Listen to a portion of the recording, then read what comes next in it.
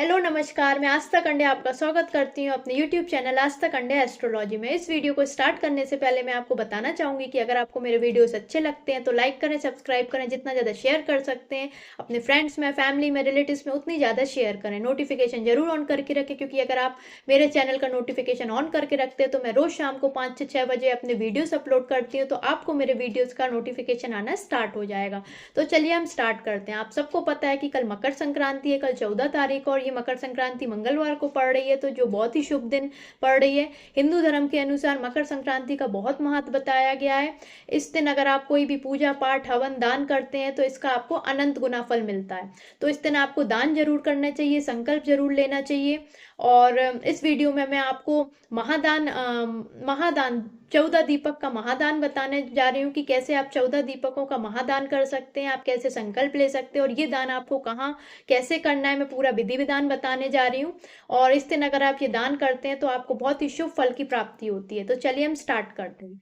सबसे पहले आपको करना क्या है, आपको 14 दीपक बना लेने हैं। आप आटे के दीपक भी बना सकते हैं। आप सबको पता है कि हिंदू धर्म में आटे के दीपक को बहुत ही शुभ माना जाता है, तो आप आटे के दीपक भी बना सकते हैं घर में। अगर आप सामर्थ्य है तो आप बाहर से पीतल के दिए ला सकते हैं, आप मिट्टी के दिए भी ला सकते हैं, लेकिन आपको 14 दीपक लाना है। और अगर आप नहीं ला पा रहे हैं किसी कारणवश, तो फिर आप आटे के दिए का भी इस्तेमाल कर सकते हैं। आपको उसमें गोल बत्ती भी लगा सकते हैं, लंबी बत्ती भी लगा सकते हैं। अब आपको इसमें घी का दीपक, घी भी भर सकते हैं। और अगर आप घी नहीं भर पा रहे हैं किसी कारणवश, आप सामर्थ्य नहीं है, तो फिर आपकी पॉकेट अलाउ नहीं कर रही, तो फिर आप तिल के तेल का भी ये तिल के तेल का भी उपयोग कर सकते हैं। इस दिन तिल का बहुत महत्व बताया गया है, तो आप थोड़े से इसमें चुटकी चुटकी भर काले तिल और सफेद तिल जरूर मिला दें। तो आप 14 दीपक बनाएं, उसमें आपने बाती लगाई, आप घी या तेल भर लें। उसके बाद आपको थोड़ी सी उसमें तिल डालना है, सफेद और काली, और फिर आपको रोली से सारे दीपक में थोड़ा सा टीका कर देना है।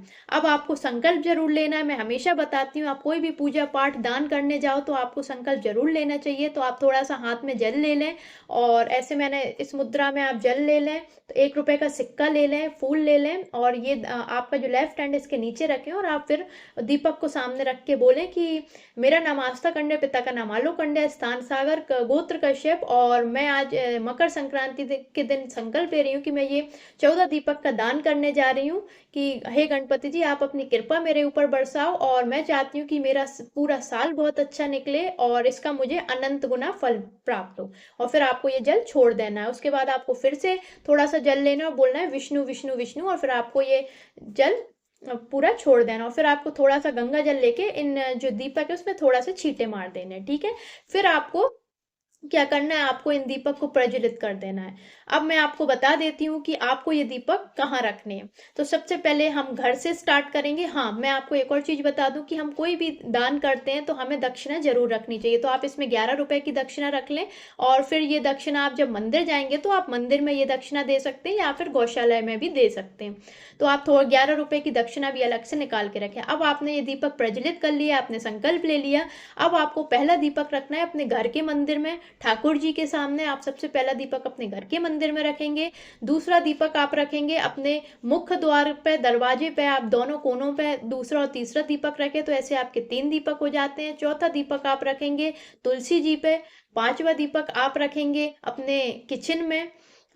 छठवां दीपक आप रखेंगे अपने दक्षिण दिशा में। दक्षिण दिशा जो होती है वो पितरों की दिशा होती है, तो आपको अपने पितरों के समक्ष भी ये दीपक रखना है। तो आपके ऐसे 6 दीपक हो जाते हैं। आपने 6 दीपक का दान कर दिया। अब 7वां दीपक आपको करना है। अगर आपके घर के पास कोई तालाब हो, नदी नहर हो, तो आप वहां कर सकते हो। कोई पवित्र कुंड हो तो आप वहां पे भी इसका दान कर सकते हैं। लेकिन अगर किसी कारणवश आपके घर के पास कोई भी नदी तालाब कुंड नहीं हो, तो फिर आप ये घर में भी कर सकते हैं। आपको करना क्या है, आपको एक पात्र लेना है, बड़ा सा स्टील का ले लें, किसी भी चीज का ले लें, उसमें आपको थोड़ा सा गंगा जल और पवित्र जल भर देना है, और उसमें आप ये दीपक का दान कर सकते हैं। वो भी सेम वही माना जाएगा। तो आप ये घर पे ही कर लें। तो आपके 7 दीपक का दान हो गया। अब आपको 8वां दीपक का दान कहाँ करना है, अब आपको जाना है मंदिर।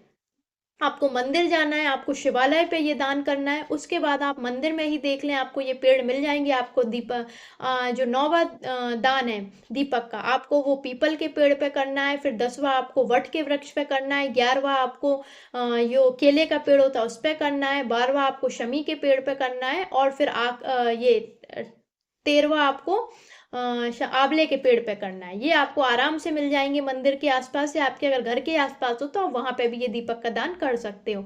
अब मैं आखिरी दान बताने जा रही हूँ, 14वां दान है, वो आपको करना है गौशाला जाके।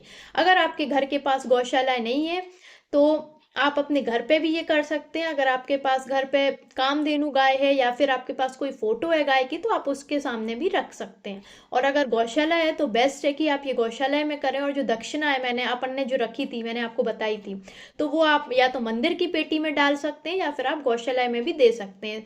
दक्षिणा मैंने 11 रुपए की बताई थी, वो आप ज्यादा भी दे सकते हैं अगर आप देना चाहते हैं। और अगर आप नहीं है सामर्थ्य अनुसार तो आप 1 रुपए की दक्षिणा भी दे सकते हैं। ये जरूरी होता है, जब भी हम दान करते हैं तो दक्षिणा का अलग महत्व होता है, हमें दक्षिणा देना जरूरी होता है। इसलिए मैंने आपको बोला कि अगर आप सामर्थ्य अनुसार अपने हिसाब से दक्षिणा दे सकते हैं, 11 रुपए, 21 रुपए, 101 रुपए, और 1 रुपए का भी दक्षिणा आप दे सकते हैं। तो आप अपने हिसाब से देख लें। मैंने आज आपको दीपदान का बता दिया है कि कैसे आपको दीपदान करना है। और इसके अलावा भी मैं 3 वीडियोस बना चुकी हूँ। मैंने राम नाम का संकल्प बताया है, मैंने 7 महादान बताए हैं जो आपको जरूर करना चाहिए, और मैंने एक और वीडियो बनाई है कि जिसमें मैंने वस्तुओं का दान बताया कि आपको कौन सी 14 चीजें बांटना चाहिए। और ये जो दीपदान है ये आपको कल जरूर करना चाहिए। तो कल ही मकर संक्रांति है, तो आप पहले से सब तैयारी करके रखें आज, और कल आप फिर अपना मकर संक्रांति मनाएं। तो happy Makar Sankranti to all of you in advance. और आज के लिए इतना ही। नमस्कार।